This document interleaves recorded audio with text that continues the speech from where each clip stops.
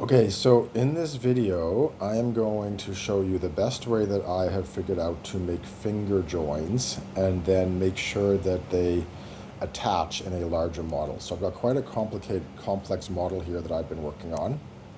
And what I want to do is I want to put an end cap on this space right here. So I've already made the end cap and now I need to put finger joins on it.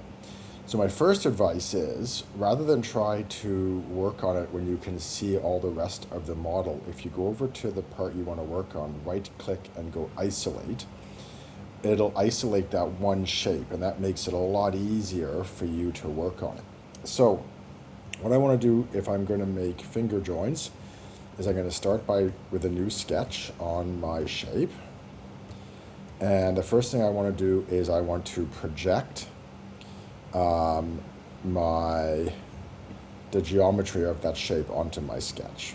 Okay, so there's also a keyboard shortcut for project, which is P. So you can use that as well. Okay, so now I'm going to use the keyboard shortcut for line, which is L. And I'm going to make a line, and I'm going to draw a line down the side that I want to make the finger joins on. I want to make sure that it's at a 90-degree angle to the sides of the shape, and that's what this perpendicular constraint tells me. And now I'm going to make it I'm going to dimension it using the keyboard shortcut for dimension, which is D, and you can see now the little dimension icon is attached to my arrow. I'm going to click on the two ends here, and I'm going to make this the thickness of my material, which in this case is 3.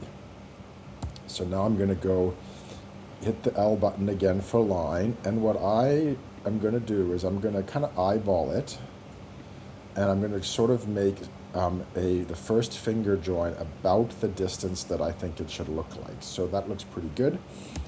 And now I'm going to go D, and I'm going to see what that distance is. So I'm going to make my finger joins 10. That's about the size that I think will look good.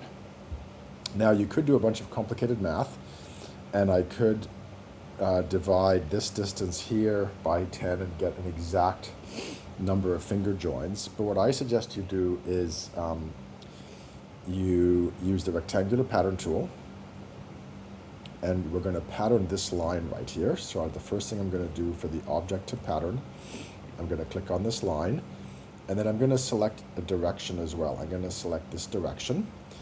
And so now the blue arrow is pointing down. So if I drag this down, I can see over here that this is because there are two different directions. So your first thing you want to do is make sure you're working with the right direction. So when I drag this down, I can see which direction is the one I want to play with. And normally, by default, the distribution is set to extent. I like to set it to spacing. And then for distance, I will make it the same as I made my first finger. And so now you can see I've got 3 lines, 1, 2, 3, going in that direction, each 10 millimeters apart. So now all I need to do now is just, I like to go over here to my dialog box. I can just increase the number of lines until I have what looks like an even distribution. So in this case, it worked out quite well. So I'm going to go OK. And so now I'm going to go finish the sketch. And I'm going to go extrude. And now I'm just going to select I might actually select that one, and that one. So I'll select the 3 finger joins that I want to cut out.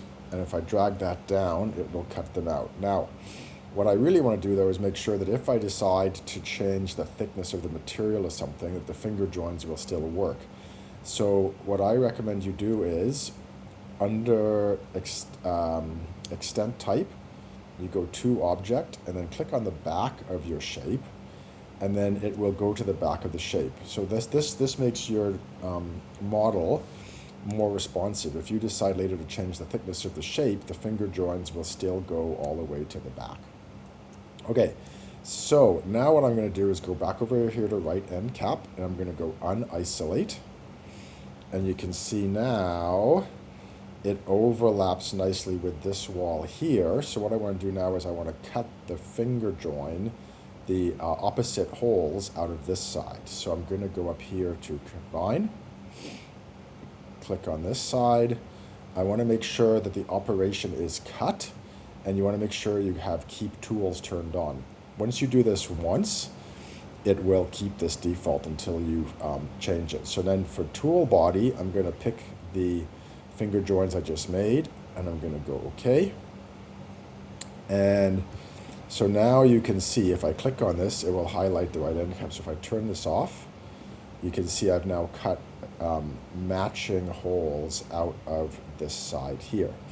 So now I want to go back in and I want to do my next fingers on the bottom here. So you could do a new sketch on top, or if you go back down to your timeline, there's the sketch I did my first ones on. So if I just go right click and edit sketch, I've now got all the geometry on there, and it's easy for me to make my next set of finger joins.